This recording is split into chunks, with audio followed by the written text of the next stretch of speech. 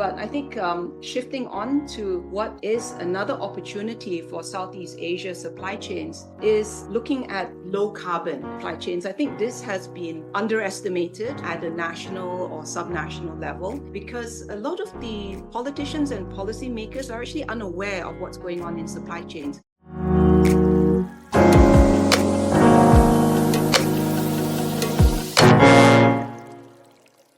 All right, everybody, let's get started.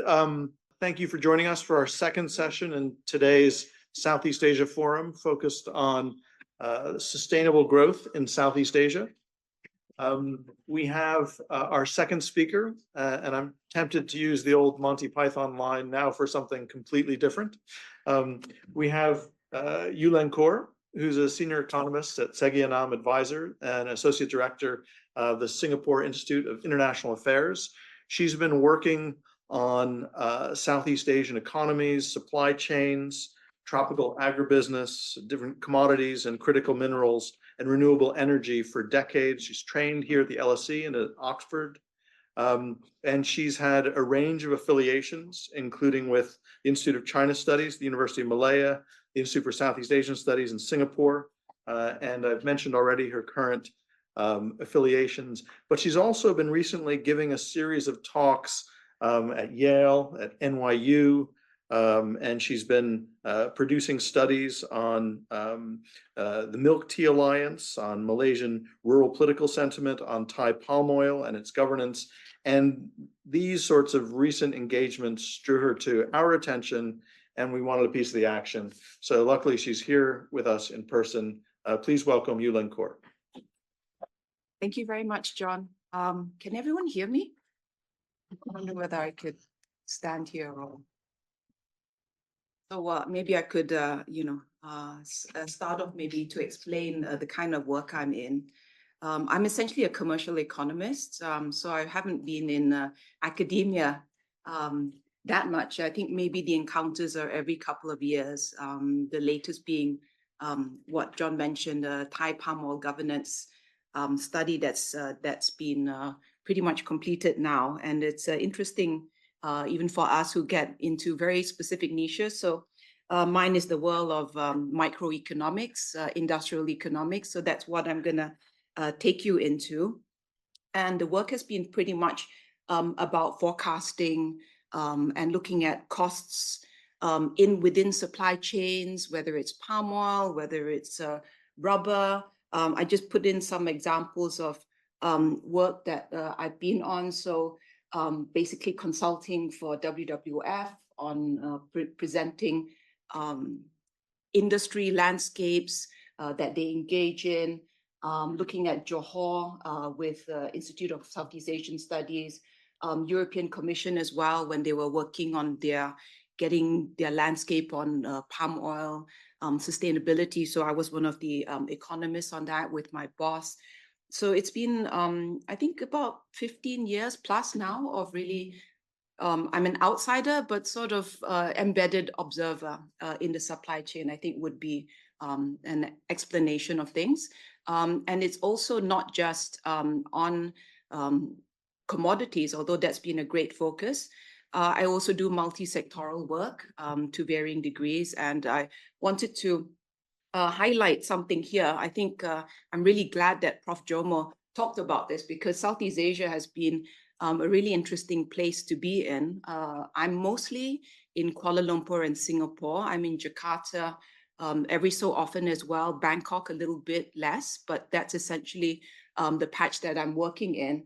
And I think Prof. Jomo gave us a great view on this. The interesting thing is I often talk to traders in the supply chain and even the companies, and they're actually all looking at this as well. I think everyone's a bit worried about what's going to happen. So this is not just in the realm of economics and geopolitics, but it's really corporations are looking at these things.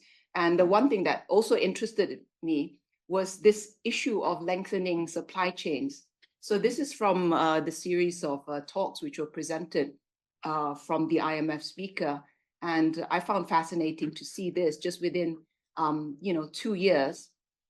You see US and China supply chains lengthening, Europe somewhat as well.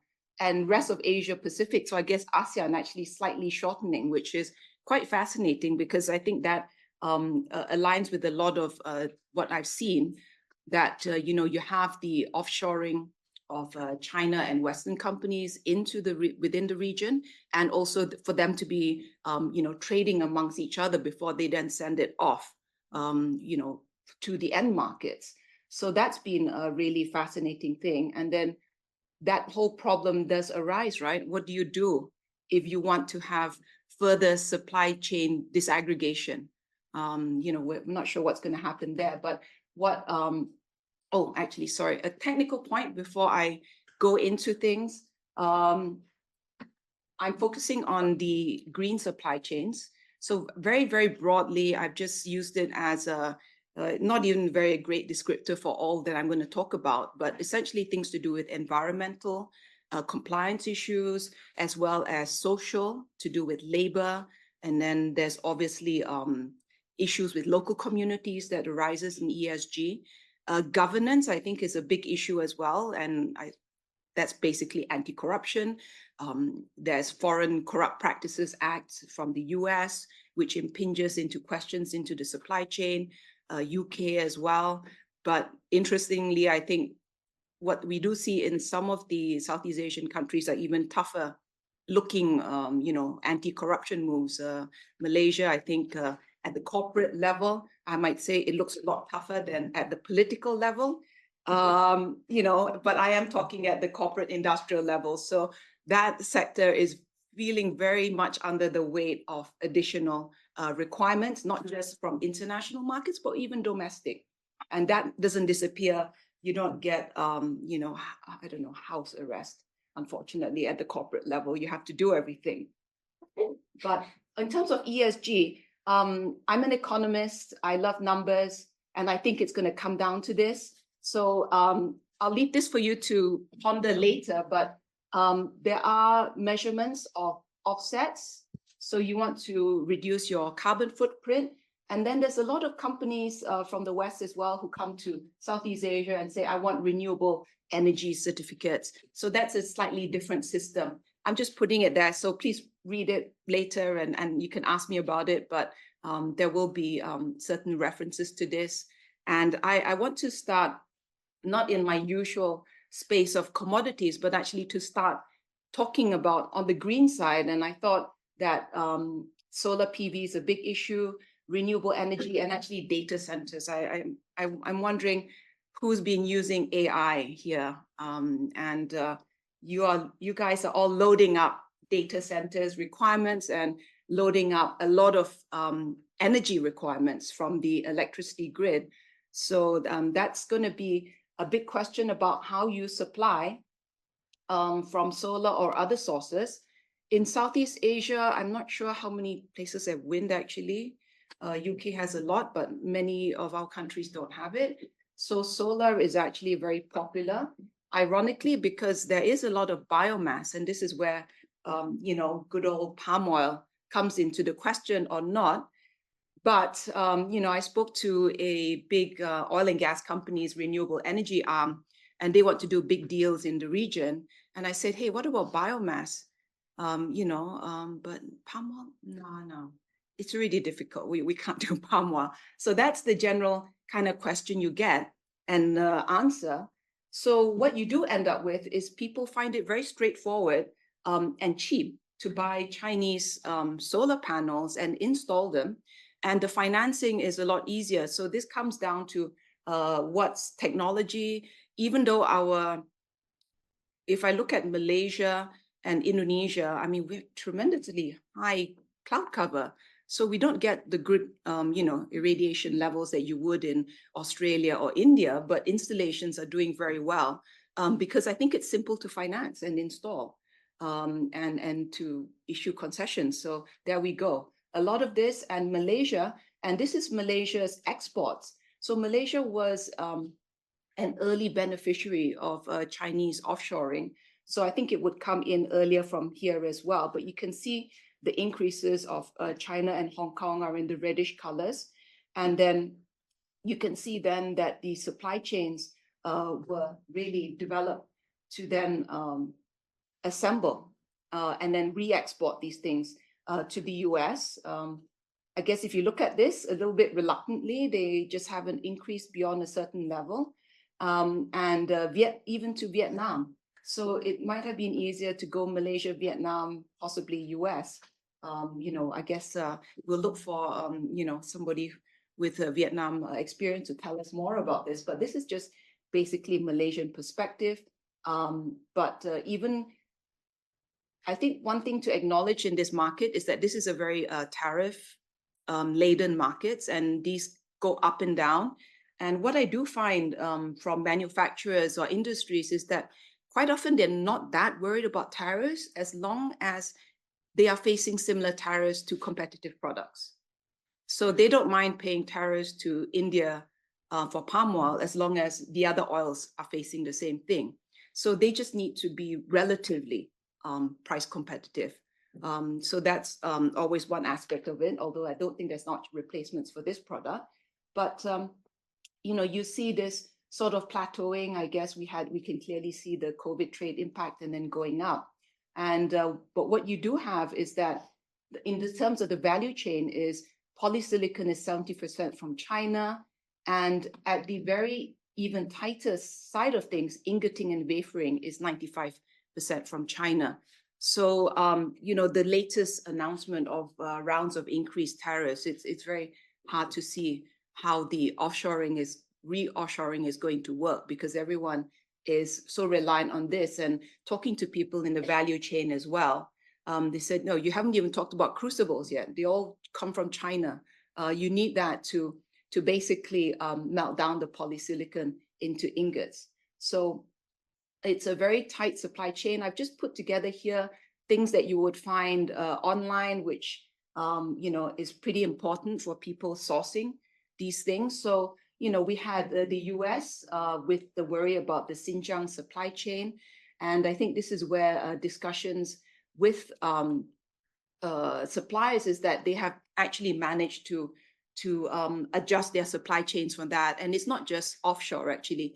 Even within China, the provincial supply chains have changed a lot. And it's not that difficult in technology, because what used to be factories manufacturing inputs or solar cells that used to be in the megawatts, they now have these facilities in gigawatt sizes. So small towns are dedicated to new factories. So you can imagine that the supply chain can actually move pretty fast, but that's within China. And so that situation is greatly alleviated in terms of this question, because so much has gone outside of Xinjiang. Then it comes to Southeast Asia. And I think this is where the renewed questions arise. And, previously in August 2023, there was already this anti-dumping countervailing duties issued to Southeast Asian facilities. But then, you always have to read the fine print. There is an exemptions pathway. Like if you bought, certain types of inputs were sourced outside of China, then you would have this pathway. And this is one of the interesting things with supply chains, because you often see the headline restriction, but when you look at the details, it's not that bad. I'm going to give you an example from palm oil. I mean, the EU has raised a lot of hackles in politics, but when you read the details, some aspects are very liberal, some are not. And I just want to give you an example from, basically the China makers still managed to adjust. But now this latest thing is probably not easily adjusted too. But an example from Japan is interesting. They're using biomass for power plants in Japan. And then I was reading through the details, and then you see something called liquid biomass. What's liquid biomass? It's actually crude palm oil. So, look into the details, please, because headlines are very misleading on supply chain issues sometimes. And this is just to highlight what happened. And I think here you can see this is 2030. So the renewable energy supply is coming from China. I think a lot of people have had it right in commenting that, China is just giving us a lot of inputs at low cost. So why don't we use it? And in fact, the same thing happened when I was talking to a major installer in Malaysia, because a lot of foreign direct investment is, coming back into Malaysia, whether it's for semiconductors or data centers. And yeah, I mean, multinational suppliers in Malaysia are definitely fully buying Chinese supplies because everybody wants to be cost competitive and efficient in what they're doing.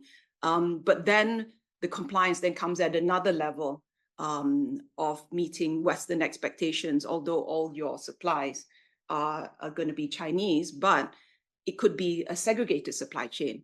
So say for the data centers, you're looking at a situation of a segregated data center for, say, a Singapore business.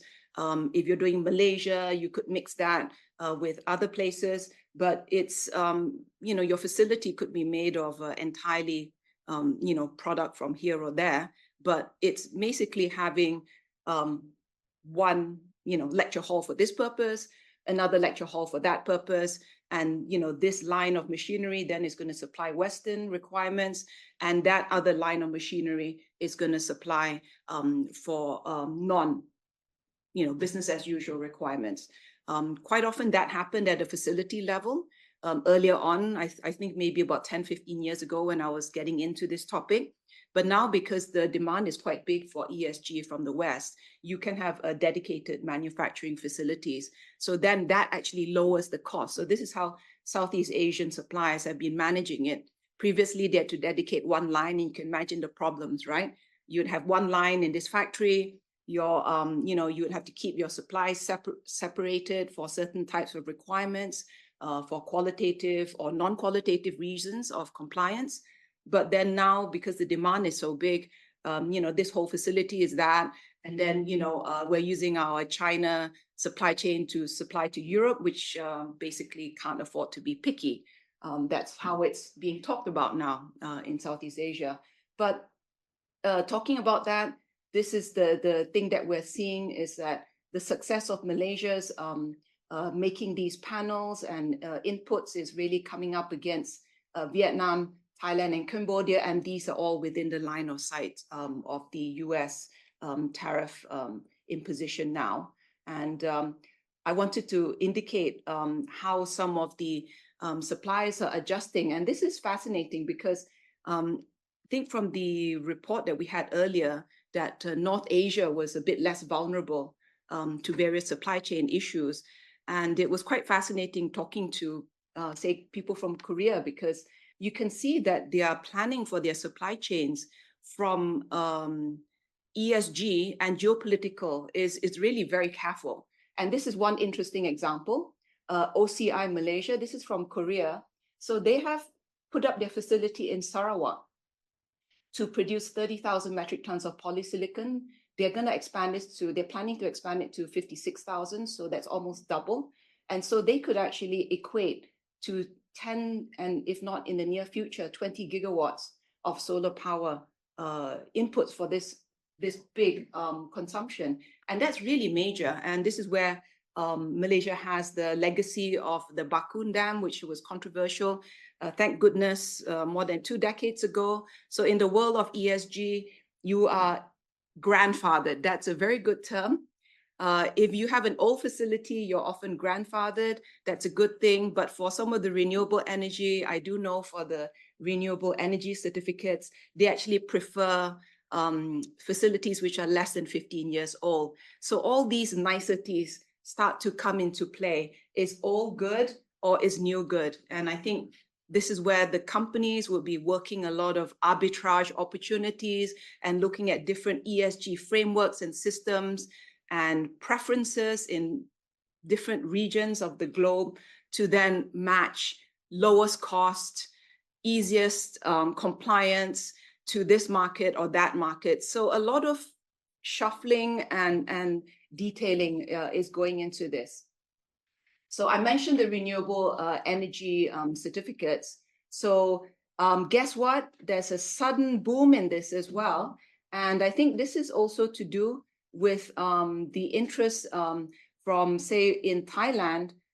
It's a bit more moderate. The Malaysian increase is a bit more. And of course, Vietnam is leading in a lot of things because they have, from my commodity space anyway, have been really very talented at producing and creating new industries. Like, Vietnam created a timber wood product industry almost out of nothing that is fully Western compliant.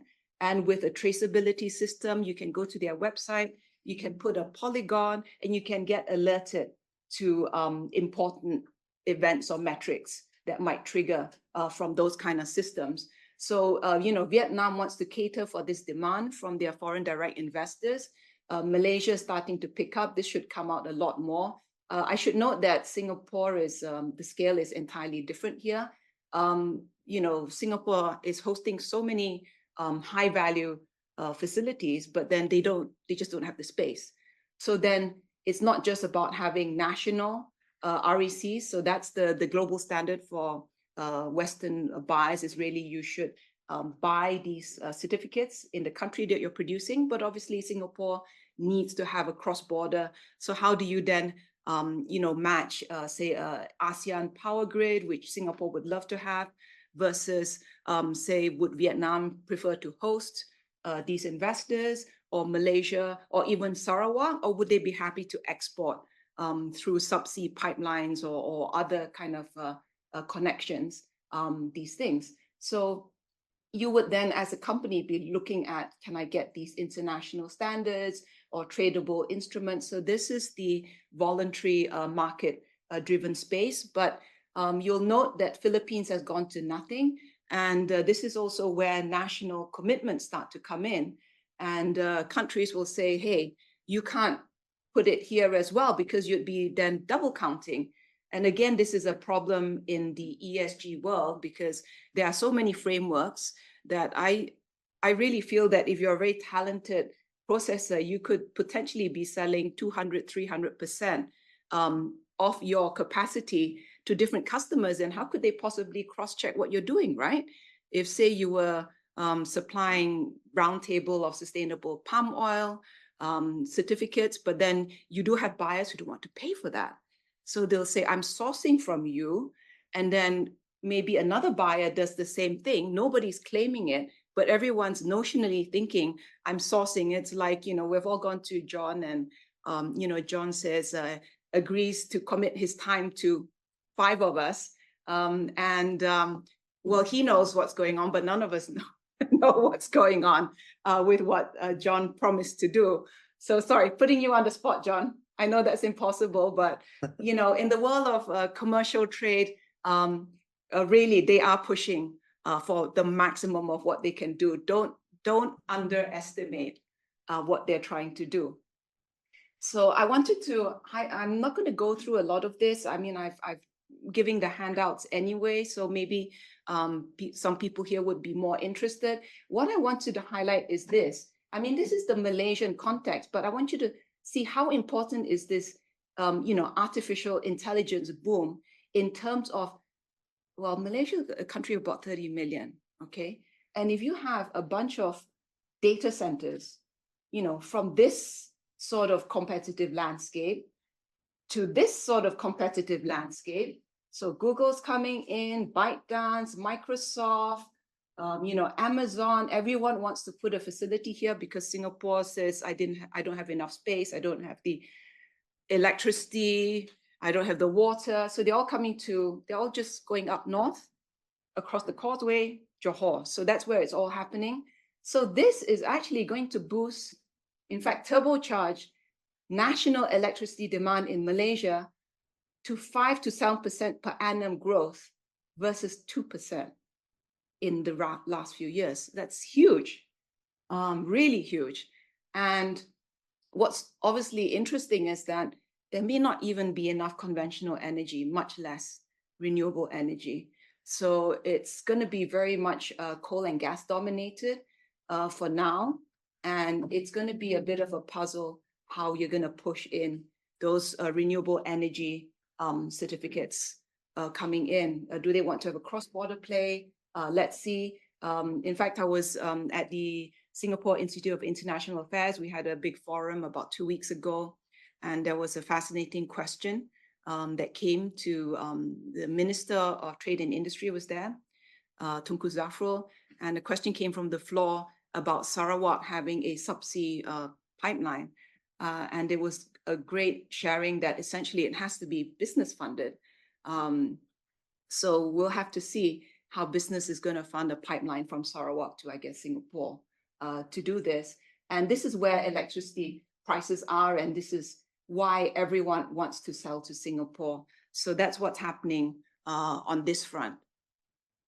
And I want to move on to my usual commodity patch. And as I mentioned, palm oil, biomass, I mean, the whole equatorial tropical region is really strong for biomass. But I think those sectors have had such problems in terms of international perception and acceptance that they seem to be having a problem in the renewable energy space. And it's not just an international issue as well, because I think even local policymakers, the local politicians, is like, palm oil? No, it's not even in their thinking. It's not sexy enough or something. So I think the industry then needs to bridge with not just the international side, but even the local and national policymakers. And I think I'm going to be very positive on that, actually, because I think if we're talking about the ESG transition, we're talking about climate action, we're talking about low carbon solutions. And I think this is where it's going to come in. I think I'm going to be sharing again a lot more on industry observations from this sector. And I also wanted to talk about labor compliance. So I did update some data. I was talking to Eve about it earlier. My RAs went on leave for 6 weeks. So you're seeing a lot of revamped charts here. So I hope that's nice. I didn't revamp this one, but I think this is the noise that you might be feeling. Does anyone care about anything outside of palm oil? Can you put up your hand? Has anything reached your radar other than avoiding palm oil? About coffee. Yeah, you care about coffee? Does anyone care about anything more than palm oil? Yeah, you should care about coffee and cocoa. I mean, this is the one that I always talk to. Sometimes I talk to school kids in the region in Southeast Asia as well. And I know we're drinking coffee and tea, but I have to put my hand out for the farmers, right? Because I think in the retail price of a cup of coffee, well, London's not a very good comparison. Rents are so high here, but we're talking about single digits if that goes to the farmer. And I think this hyper commoditization of the supply chain is really problematic. It's not just a problem in terms of getting ESG supplies. It's also a problem in getting supplies. How are you going to get the volume when the children of farmers are not seeing a decent price for their product, and much less, some sort of premium for being sustainable? I would say that the farm sector is in a great deal of issues because of global prices being so hyper commoditized. I must say it's been positive because the energy sector has come in to the commodities. So you have biofuels, you have biodiesel from vegetable oils, and you have ethanol from sugar. So that has actually goosed up demand tremendously. So when you get palm oil in Europe, it's essentially more than half is actually in the energy usage. So it's in your, it was used to transport goods around essentially. Although everyone's trying to avoid it in the supermarkets to varying degrees. Although I would say that there are health considerations on that, because other vegetable oils are technically not as good when you're baking, frying, and doing all sorts of things. So that's why palm oil was so successful, and then created this big ruckus of interest. Most of these products, well, other than soy and beef here, they're really perennials, and these take a lot of investments. And if farmers don't see, a reason to replant, the question is, I'm wondering what the price of coffee and even palm oil is going to be in the future because of these issues. And although when I talk to the production side, it's very, I wouldn't say people are bipolar. They're actually, well, some are, because I'm supplying the West, I'm supplying China, I'm doing, well, yeah, they're probably split personalities. So those would be the big traders and processors in the supply chains. And they are quite often the ones who are listed in Singapore and places like that. So they can be multi-personality because they can then take from here, send to China, because you know that from here, this is not going to be accepted here. So they do all the fancy footwork. But if you talk about people who own mills, who are processing the palm oil or even doing the rubber, it's, I guess, more of a dual personality. Do they have to be dual, or are they going to go with all the Western standards and put in all those compliance?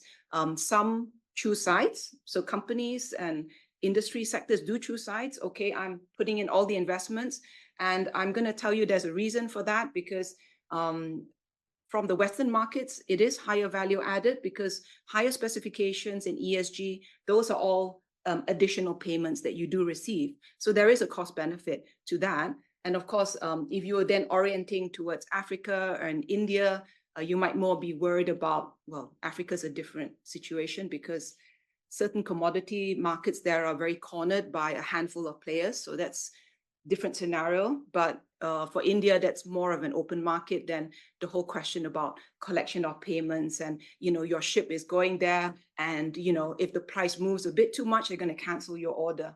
Whereas Western buyers tend to buy on shipment, and they don't do that sort of cancellations.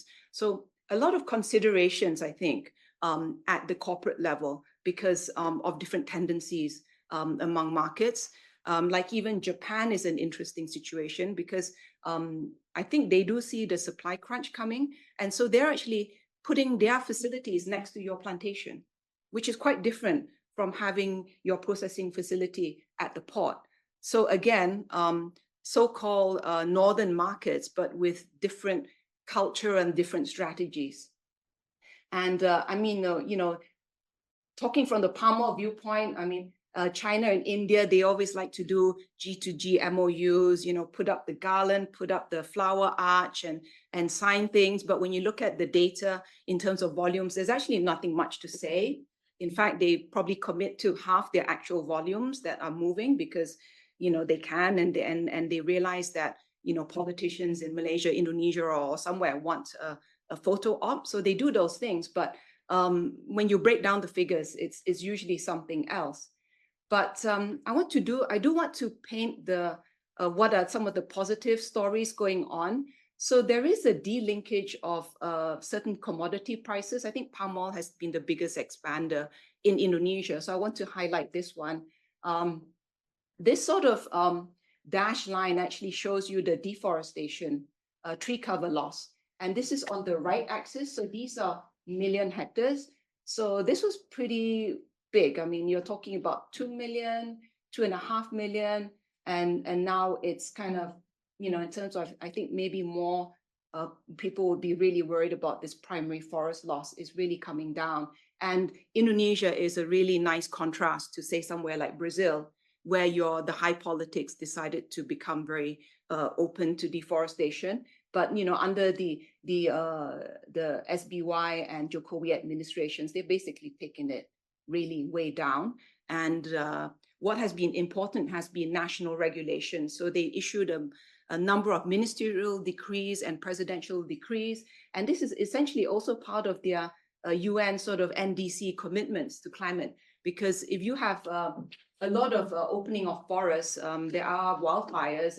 And this is interesting because you see a big uptick in tree cover loss, even though the commodity prices were down. And this is because of that big El Nino year. I think if everyone's might have heard about the climate issues that we have with the big cycles, which move every 2 or 3 years, being wildfire season or flood season.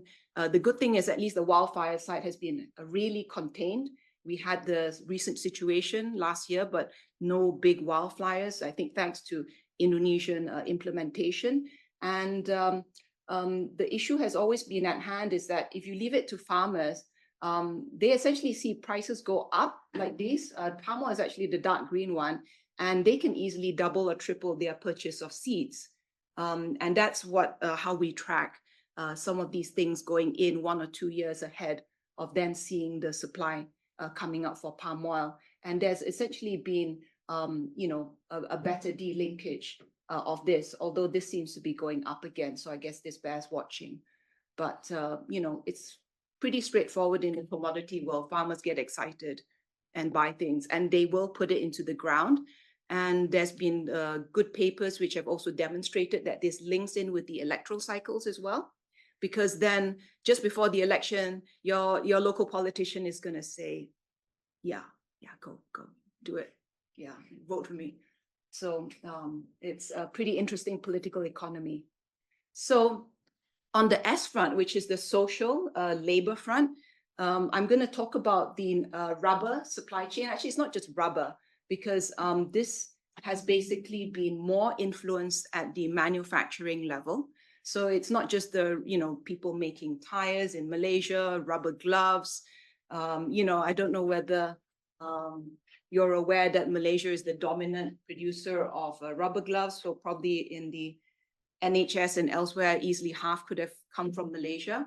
And this is where they've gone downstream, even though the actual upstream industry is almost non-existent in Malaysia now.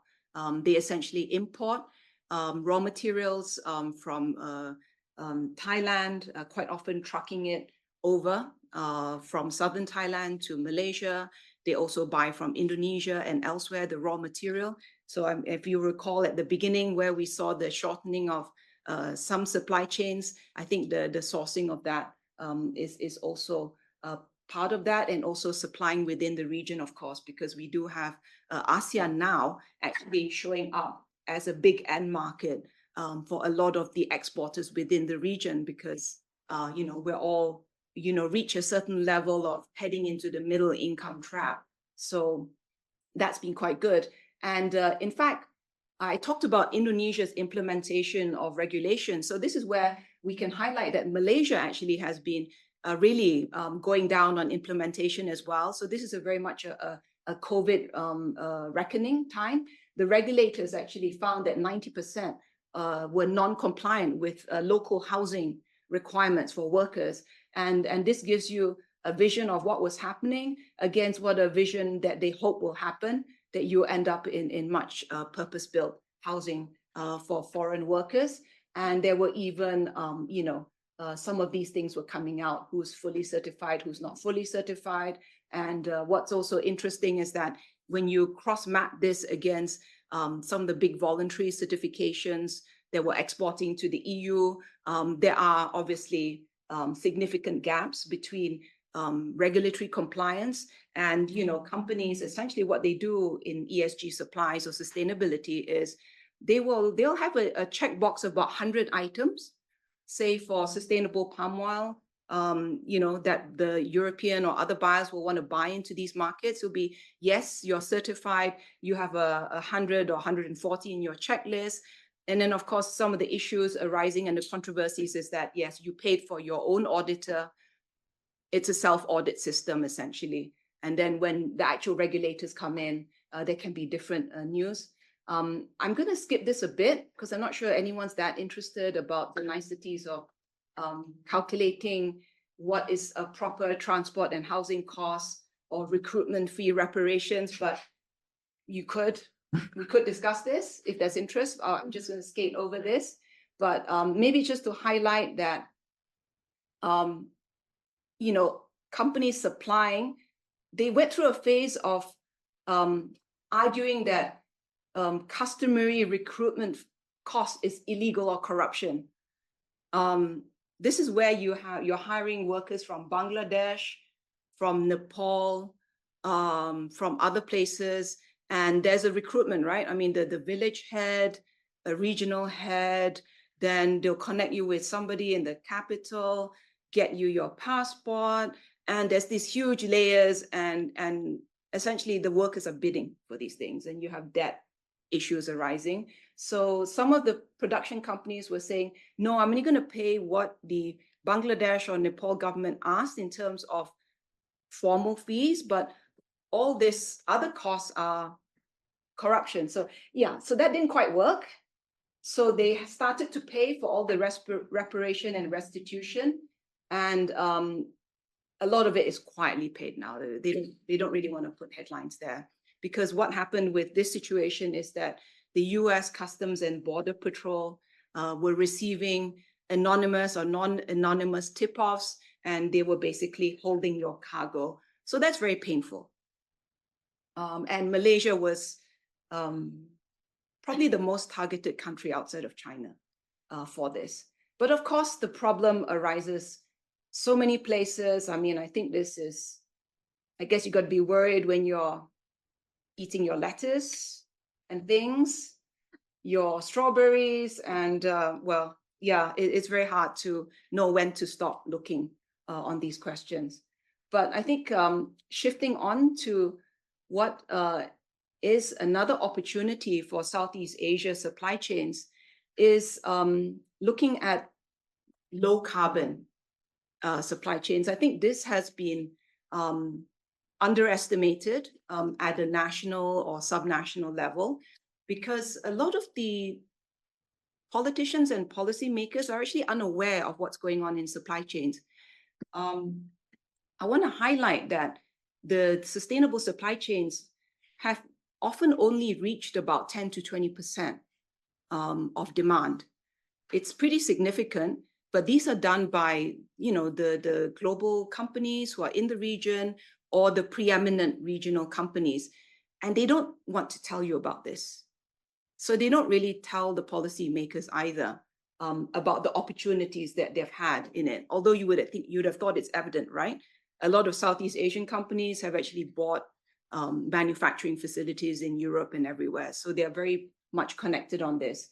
And this would actually shuffle the deck, so to speak. This data set is actually the Roundtable on Sustainable Palm Oil Mills. So if you just go by a question of are you certified or not certified, then you would miss tremendous differences in detail. You can see that your emissions, even within this limited number of suppliers, these 143 mills supplying palm oil, is completely different. And if you are then sourcing your product based on low emissions, you might actually cut off a lot of suppliers who are, you know, have this wonderful voluntary certification. So it's going to be a good question about what's going to happen in the future, because I must admit that this one is probably just one mill, but I thought of excluding it. Then I thought, actually, no, that's actually quite a good indicator, because this is Papua, right? You don't want things happening in Papua. It's a high forest region.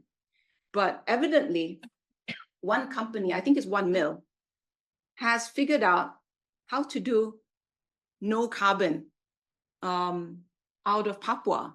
Essentially, they would be doing things like capturing the methane, because methane is a big emitter of carbon. So they'll make sure that in the processing, that doesn't generate a lot of methane. And I think that they would certainly also have a good chunk of conservation area to, I think you've heard of offsetting, right? Where you might have to buy something outside, but companies can do what they call insetting. So that means within the company or within the group, they do their own offsetting activities and their own efforts at mitigation. So you could even have people doing negative, basically no carbon in the supply chain for palm oil.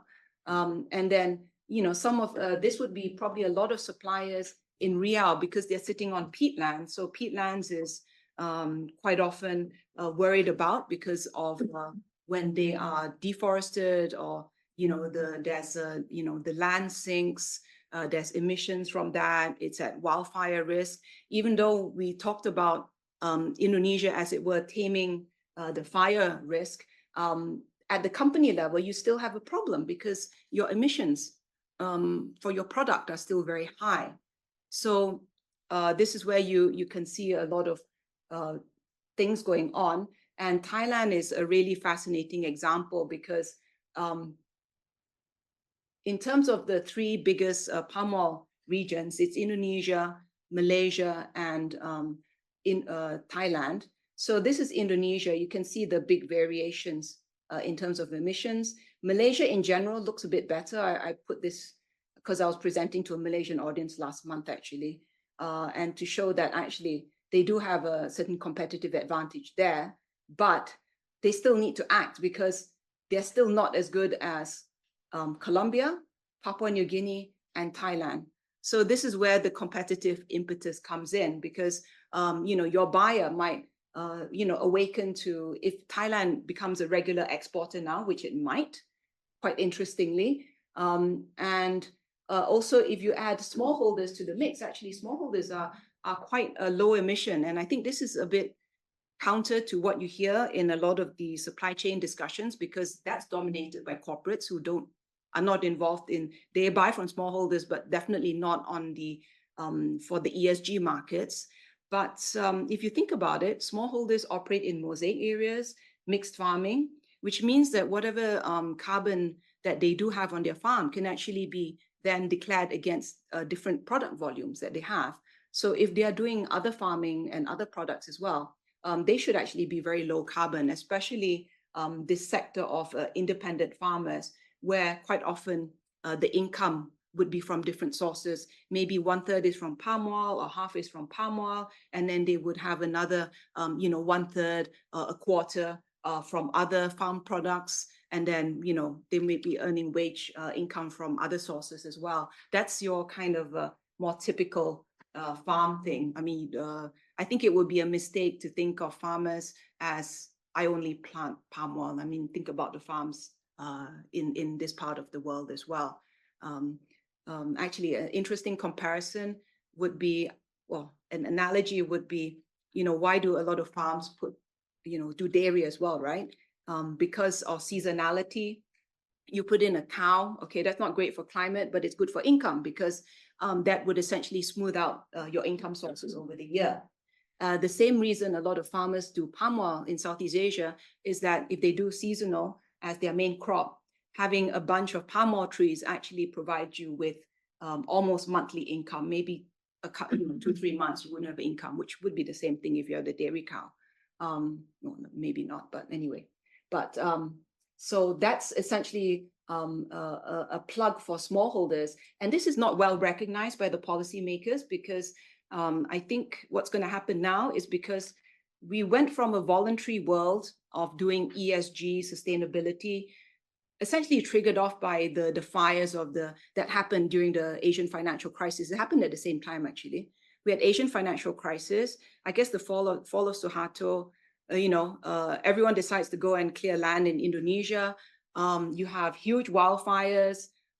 The sustainability movement in commodity gets moving. And then, so what you have now is this, quite a long journey of 20+ years, so that we reach this level for palm oil where you can essentially trace the product to the estate and the farms. And it was all under voluntary mechanisms initially. But the moment the EU and others started to come in, the Indonesian national regulations started to come in, and also Malaysia.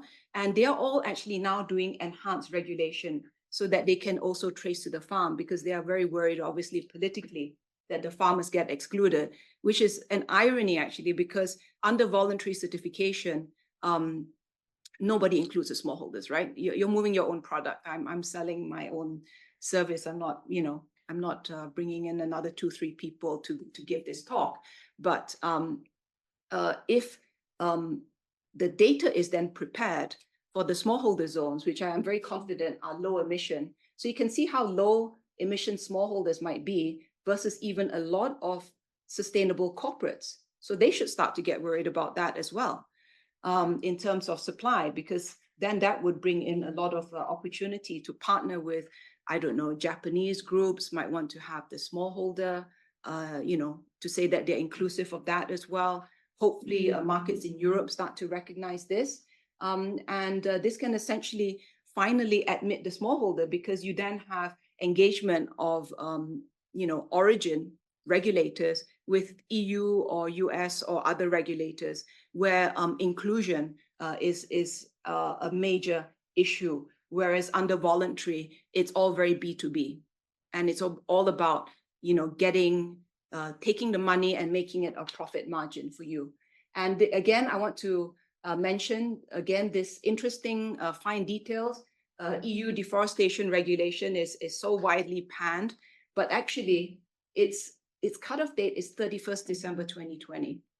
So I was talking to somebody who was briefing Indonesian cabinet level, and they were happy. It's like, for this date, less than 0.5% of my product cannot enter, because this is a very generous cutoff date. I mean, it's very recent. A lot of the voluntary certifications cutoff dates are actually earlier. So then it's good if your grandfather or your uncle, owned a farm, because then your grandfather, it's more on a grandfathering basis, because those cutoff dates are like 2013 or whatever.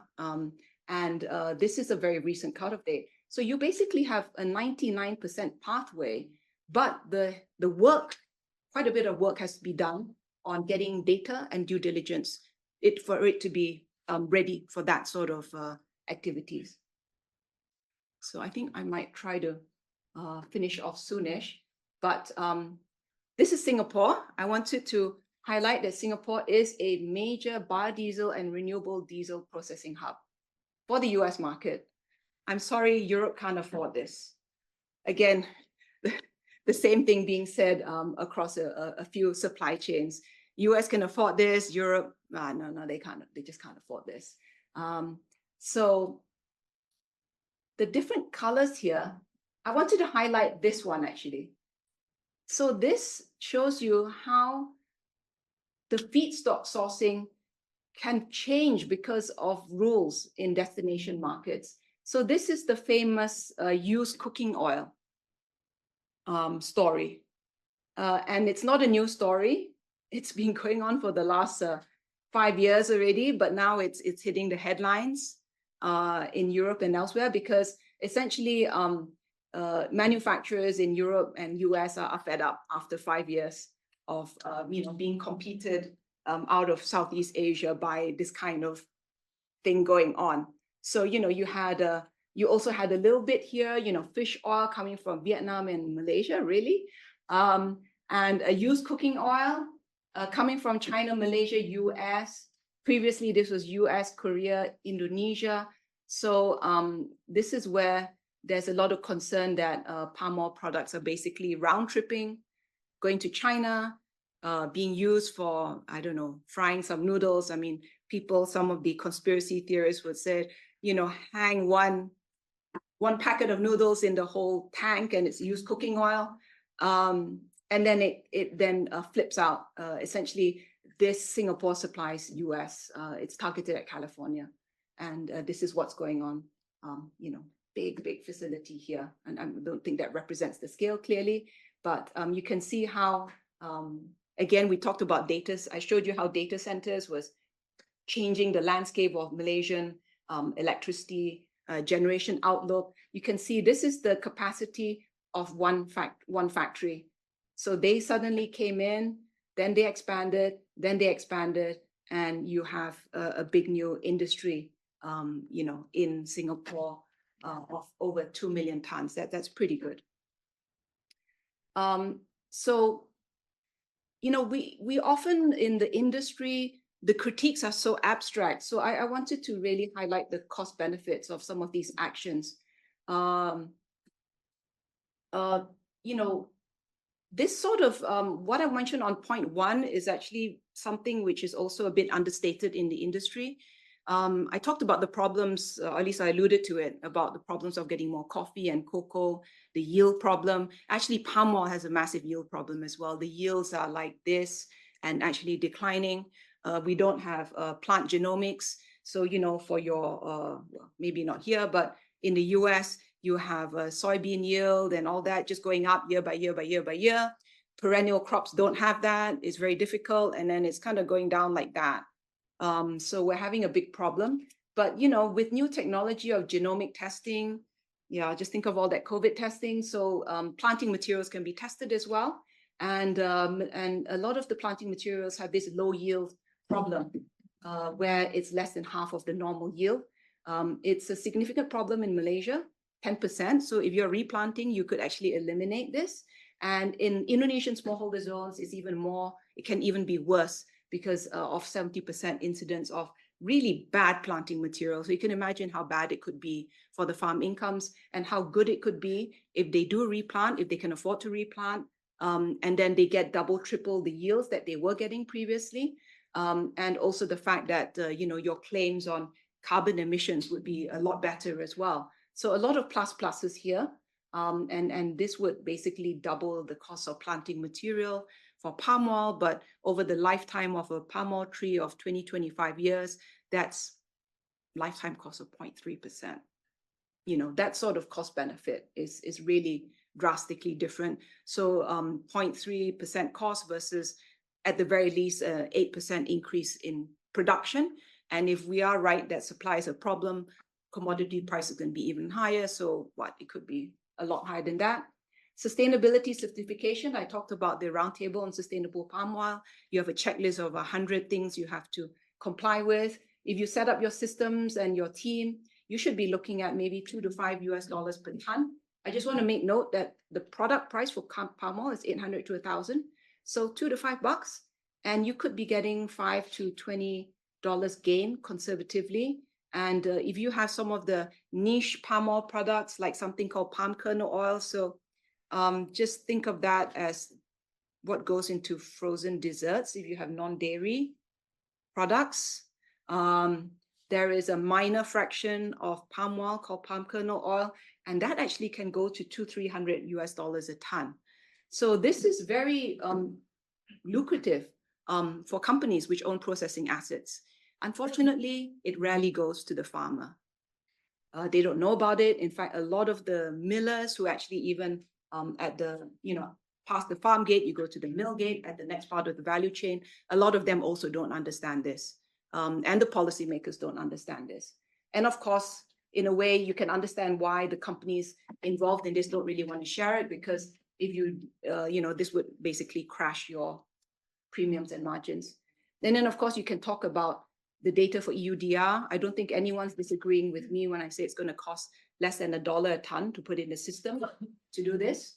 So $1 versus $800 product. Conservation cost, that's another thing. We can talk about that separately. And I did talk about low emission. You saw the whole chart. So what's the target? Can you get a $50 premium if you're selling into sustainable aviation fuel? Are you targeting 1 million tons? This was a question I asked Malaysia. Then it should be clear, right? Or not clear. Food versus fuel. How about an Asian sustainable aviation fuel program if the European or the Americans are not so amenable or they have other requirements? So why not, or even ASEAN, come up with a good program? So a lot of possibilities. And I wanted to finish off on this. This is very niche, durians. Who's tried it? You have such a good audience here. This is the ultimate test of, the Southeast Asian audience. I wanted to mention this because I found it really interesting. I mean, it's just a fun topic anyway, but I wanted to show this just to highlight the competition within ASEAN. So I showed you the palm oil and the opportunity for competition, but I wanted to show this, and this is even worse, right? Because this is a product. So these rectangles basically represent monthly exports. It's seasonal. Yeah, you all know it's seasonal. So the fruits come down. So it's obviously a lot more exacting than palm oil, because palm oil is bulk. It's, it's steady through the year pretty much. I mean, it's got a high and low season, but the variation is maybe 20%. But, this is really exacting. And so you're talking about logistics, harvesting, workers, and this is, I'm Malaysian. So it's a little bit sad and interesting to note that the Malaysians need help with harvesting from Thailand. And, I think so what happened was the Thai government actually stopped this. Otherwise, I think you would have the Malaysian industry entirely operated by the Thais merchants. So this was halted. And I think you can see why, because this is the blue stuff is actually Thailand. exports of fresh durians. Obviously, even more exacting than having pulp, or you could have durian ice cream, durian cake, and all sorts of other products as well, right? But this is the fresh stuff, and this is Malaysia. So you can see how Malaysia is on the scale of things. And obviously, if you're in Singapore, Malaysia durians is a big thing. It's the premium durian. It's pungent. It's everything. And I think the marketing of Malaysia, the story is amazing, but the volumes don't stack up, unfortunately. And this is what's happening. This is what's happening. So the blue is Thailand, fresh durian. The light blue is frozen and various sort of stuff. You can have cooked, uncooked, sweetened, unsweetened, blah, blah, blah stuff. And then I was in, John, you mentioned I was in Yale, right? So I visited my cousin in Boston. We went to China. It took me to Chinatown for a meal. How lucky. I even got a lobster, but I was passing by a fruit stand in Chinatown, which had dragon fruit and durian. So this would have been in summer, sort of last year. And I was like, where's this from? Vietnam. So Vietnam has suddenly come in. And I just want to mention these values because I was in my room yesterday updating my slides because being, research associate-less, very sadly. And so I was consoling myself with strawberries. So I decided to look at the British strawberry market. And did you know that 7.5 billion is 3 times the British strawberry produce value? So I just thought you might be interested to know that. It's a fun fact. But so this is pretty big. And Vietnam, I mean, created a timber wood industry out of nothing, full compliance. Again, China is not an easy market. It's not a pushover. Malaysia's not there. A lot of some of the things I hear from Malaysians is, these Guilo, these white people, so difficult. I'll just sell to China. Yeah, not always easy. So anyway, so that's it. And I do have some points at the end, but I just wanted to skate through that because I've kind of mentioned it. But maybe one of the highlights, again, I just want to reemphasize this. So, in terms of market sizing, the way I see it is it's about 20% going into the voluntary and biofuel market for palm oil.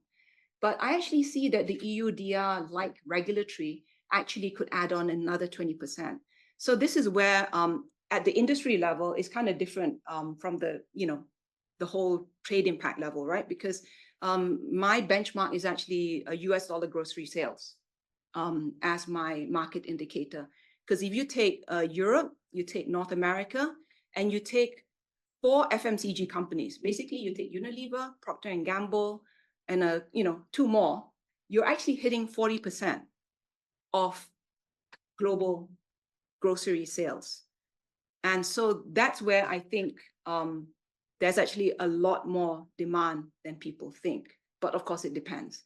And like I said, China is huge as well, but can you fulfill the exacting quality and logistics of China? So there's so many things that companies and industries need to work on. Obviously, on the US-China trade war issues, everyone's very worried. I hear the traders are all being very cautious now. I think they're worried that there's a tariff disruption, or they're worried, right? It's like, oh, the timing of this thing, what do they call it? Their customs, documents and stuff. So there's a lot of caution right now and even going forward. I think because of the all these big regulatory changes coming in as well about what's accepted or not accepted on ESG front, or even for carbon credits. You've seen the big scandals that people question what's going on in the field or in the forest about whether things are improving or not. So a lot of opportunities, but just a lot of necessary actions. In terms of, I just want to talk about recommendations. I think the legislative regulatory changes are actually potentially enabling because they're so generous, 99% win, but, where's your documents? Where's your due diligence capability? So still a lot of things to do. Value add and diversification is obviously important across the different markets. And I would say that actually moving on higher value add, whether it's quality or ESG, I'm actually very positive on it, because if I look at places like Malaysia, the youth actually need a lot of jobs, and there's a lot of jobs not happening. And so when I talk to people in industry, it's like, oh, this is going to cost a lot more resources and things. But say Malaysia, then the palm oil board had to hire 700 young people. And, you know, we're having political problems now with youth voting. So I would have thought, yeah, why not? I mean, if the benefit is there, the cost is not that high, and it hires young people. From a Southeast Asian viewpoint, just on the numbers, I would say, yes, please do more. And I think this issue of long-term relationships with buyers as well, because I think the buyers hopefully need to, I think, connect more with the farmers as well, because if you just connect with the policymakers in Southeast Asia, I think their views of the supply chain are very limited, are very curated by corporations who have different viewpoints, different targets. And then you get a big disconnect between policy and farming and supply. And I think there needs to be just a lot more better connections. So thank you very much.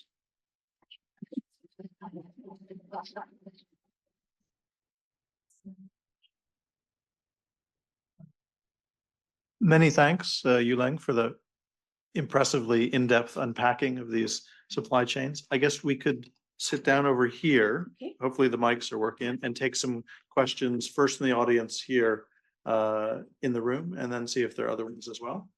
Okay. So why don't we bundle up a bunch of questions, since we have about 20 minutes left. If you could give us your name and affiliation and your question. I can see Ann Booth here. The question first. Thank you, and thank you for such an extremely interesting presentation. I couldn't take it all in, so I hope you make all these slides public and we can look at them in our leisure. But one question I would want to ask, you said that looking at palm oil emissions, they tend to be lower for smallholders, but you didn't really, at least as far as I understood, you didn't really explain why that was. Now, we know, and again, this was another point we made, that within the smallholder sector, there's a lot of variation in yields. But unfortunately, many smallholders 20, 25 years ago got very low grade material to plant in the first place, which they could never really boost yields. I mean, they're just stuck with poorly performing trees, as it were. But those that were in the so-called nucleus estate program, their yields seem to be quite a lot better, because the larger states, in many cases, were supervising the quality of the planting materials they got. Now, I'm not sure to what extent this is changing, but I, again, get back to this question, why are emissions lower? Does it have something to do with the quality of the planting materials which they used in the first place? More questions in the room?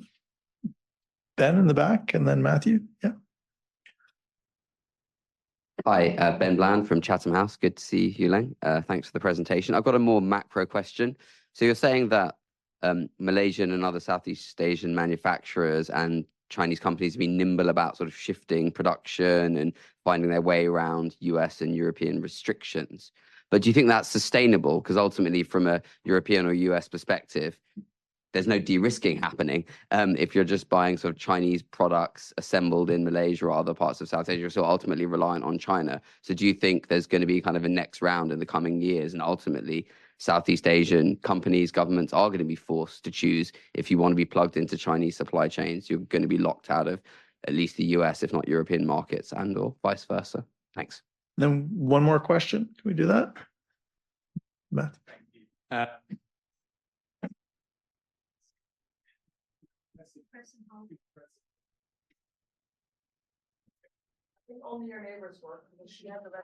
Yeah. Thank you.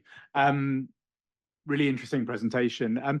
Just thinking about the ESG standards that are kind of driving a lot of this. Could you just say a word about where are those standards being driven from? I mean, is it primarily by the US and by Europe? And to what extent do the Southeast Asian countries see themselves as having agency in maybe influencing what those standards look like in the future, possibly even developing ASEAN-type standards? And just a sort of summary-related point, my understanding with things like the carbon border adjustment is it's currently very limited to a few sectors, steel and so on. What's the time frame for it really becoming all-encompassing in terms of, covering the full range of products in Europe? Thank you. 3 easy questions. Okay, thank you. Yeah, on the smallholder question, yes, I mean, I think definitely the smallholder areas which were developed, this is where the requirements, the regulatory requirements of getting a concession, you're supposed to help about 20% smallholders in your area to develop.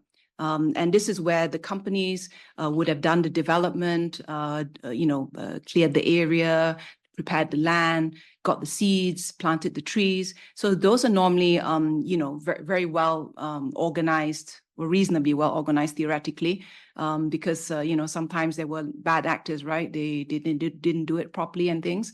But by and large, especially if you look at the large companies, and they have tried the hardest in the model, not surprisingly, where the smallholders aren't even there.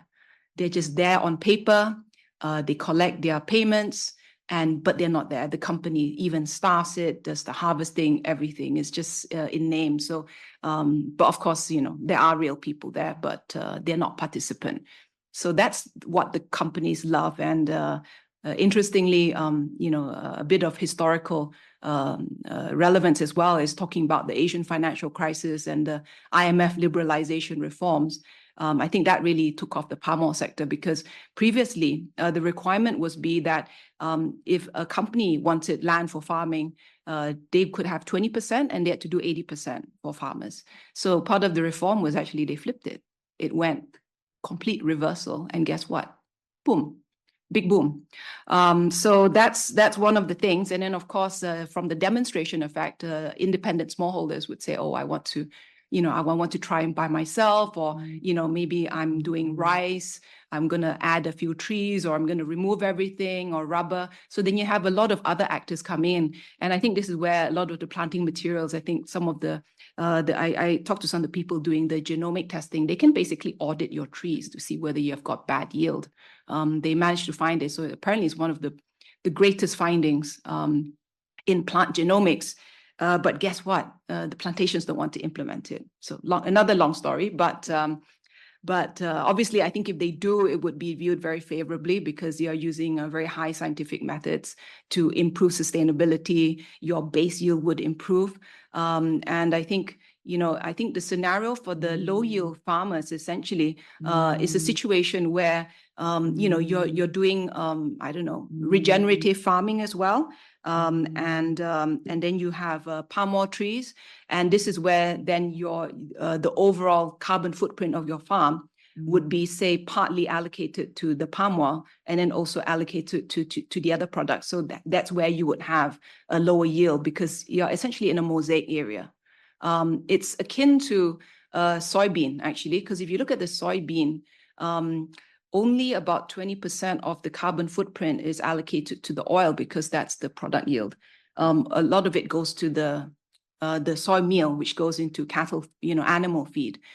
So this is where palm oil has this problem competing with that, because why soybean oil's carbon footprint so low, right? It's because 80% of it went somewhere else. So in the smallholder scenario, you could imagine a scenario where it's half-half, or other things as well. So you would then have that situation of having lower yields. And in fact, the chart that I showed for Papua New Guinea, that actually includes smallholders. But the ones for Indonesia and Malaysia don't include smallholders. So that's showing you how the ESG supply works out, actually, for this exclusion of smallholders. And then to the question of, how can you really, I guess it's a question of really segregating your supply chain hard, right, between the two geopolitical blocks. I mean, the limiting factor, I think, would just vary by product or by industry, because of, you know, at the end of the day, if it's still, you know, ingots from China, then that's a problem. So maybe the question would be, you know, can the South Koreans invest more in Sarawak or elsewhere to do this high energy intensive thing with renewable energy, or other places in the world where you can, you know, find the minerals that you need.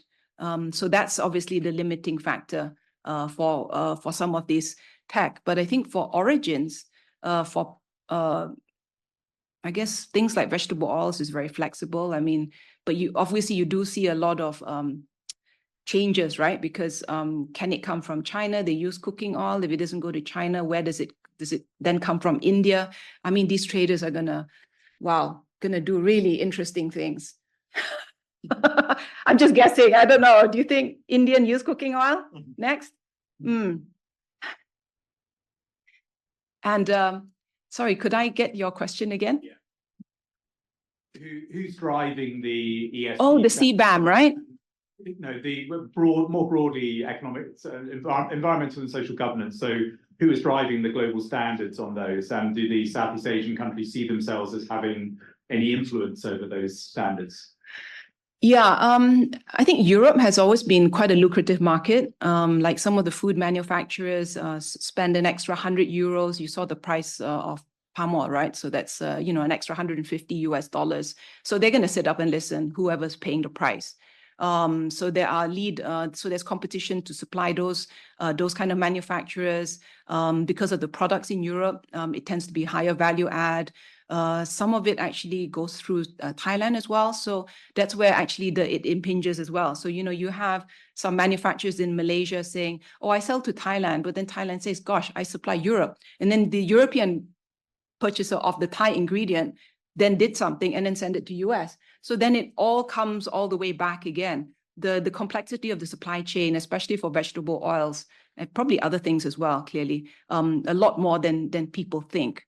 That the US is not, you know, because in politics, quite often they'll say, oh, you know, US, that's like, oh, it's less than 2-3% of, you know, 1% of my crude palm oil, or, you know, some sort of more base commodity. But the moment you look into it, then when the US stopped the cargo, actually, probably they are highly influential, because if you stop cargo, people are really going to sit up. I would say Europe, this is where I say a lot of the developed markets are really different. Europe talks a lot, but maybe doesn't do that much. And so I think US would be really the big one, because the carrot is very big. I mean, you saw the US, the Singapore facility, right? Almost dedicated to the US market. And the stick is big. Europe just talks a lot, dare I say. And, you know, but to be fair, I mean, they do give a lot of warning as well. I have been involved in some of the European projects. So it's always very funny that, yeah, they give you like 5 years warning. And then now you're like, saying that I wasn't engaged.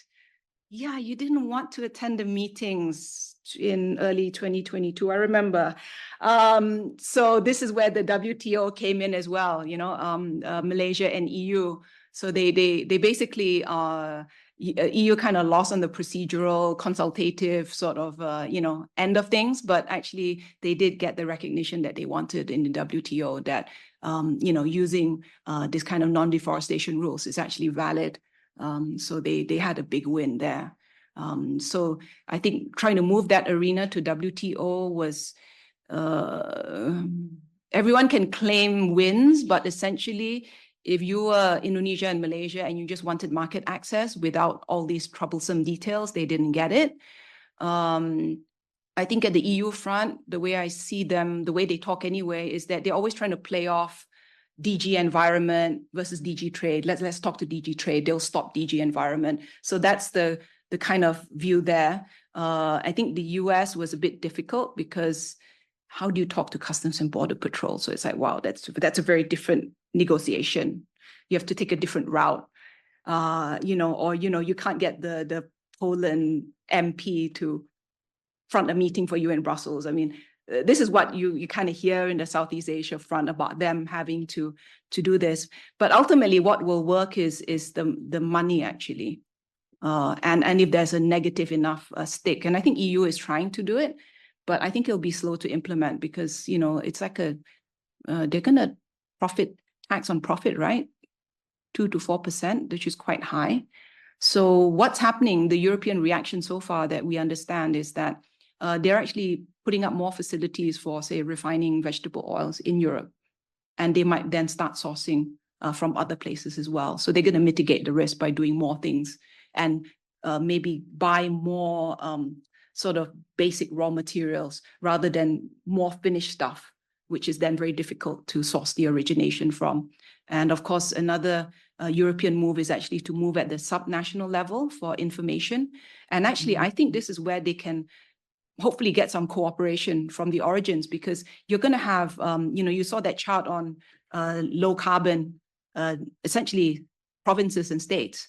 So you can actually imagine certain provinces and states, if again, this is where the politics might matter, right? A provincial governor might say, hey, I want to do this. I've got a low carbon thing. I've got lots of smallholders. I'm going to get the data going that this is low emission, and, please come and buy from me. But I don't know if the buyers will bite. But theoretically, it's interesting. At least you have a possible discussion with subnational governments. Interesting. We don't have any questions from the chat from our online visitors, but how about from this side of the room? Yes. Thanks, that was fascinating. So the story of deforestation in Indonesia, it seems like a really, really important one. And I think it's something that Jokowi always points to as well. It's sort of part of the kind of a positive legacy that he leaves for the environment. But what does it actually mean for companies? Because for big palm oil companies, are they really not expanding? And if they're not expanding, what do they tell shareholders? How is this affecting their own profit margins? Are they just sort of trying to improve production in other ways or increase value in other ways?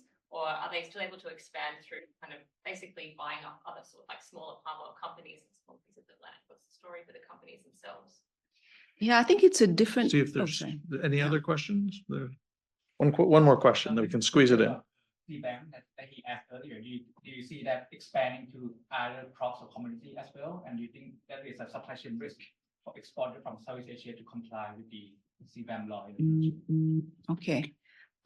Yeah, thank you for these questions. I think if I might just mention about CBAM, actually, I don't know the timelines terribly well on that. I've kind of might have read it and totally forgotten, but obviously everyone's expecting it to expand from the current situation. That's why I think a lot of people are working on their carbon footprints and their, life cycle analysis. So there's a lot of interest, and even, people who are making, lubricants, they're all trying to figure out how to do it. So I think at least that's good that people are moving on that front. Farm products, hopefully, I think depending on where you are, it'll work for those core countries. But I think what other ASEAN countries, and if not other countries around the world, have also learned from is the problems of Malaysia and Indonesia. They've actually worked fast to actually start the industries, or actually get these industries going faster with carbon data and everything.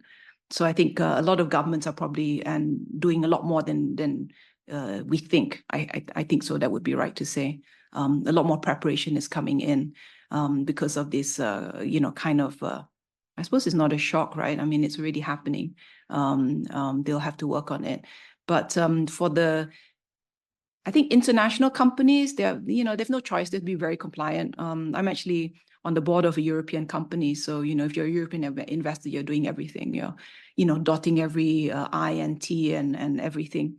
But I think if you're a regional player, I mean, we were having this chat, right? I mean, the Indonesian companies, a lot of them, there are some very big tycoons who are very palm oil specific.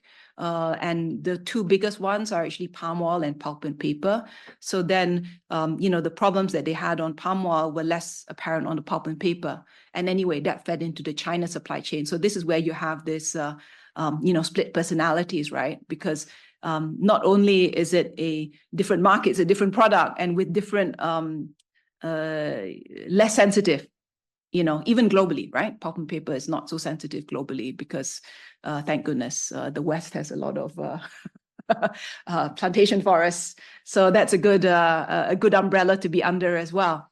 Although I'm not sure it's that deliberately thought out, but you know, it's essentially kind of like that, right? So then they have those big businesses. If you're a smaller Indonesian tycoon, you probably own at least 20,000 hectares palm oil. You own a nickel mine. I'm looking forward to hear about that. And you might have an oil and gas and other things. And quite often they don't really mine too much, or they're just selling domestically. But even when I talk to some of these, you know, the kids, right, they're like in their 40s running these companies. You know, I think they're quite okay on implementation. Because it's palm oil standards are not as high as oil and gas. If you have a business arm doing something in oil and gas, or you have a business arm doing something in automotive, they're used to really exacting standards. And I think the ones who complain among the loudest are some of the Malaysian palm oil people, because they just do palm oil and everything is more difficult. So very different reactions or inclinations to do things. But I think your question goes further than that, right? They're businesses. Now, this is where it's quite fascinating, because if you start searching for some of the palm oil stories, you're going to find a lot of exposés to say that this palm oil group is public listed, it's doing this, but we found that we think they have a shadow company that is doing bad stuff. So there's also a lot of that out there.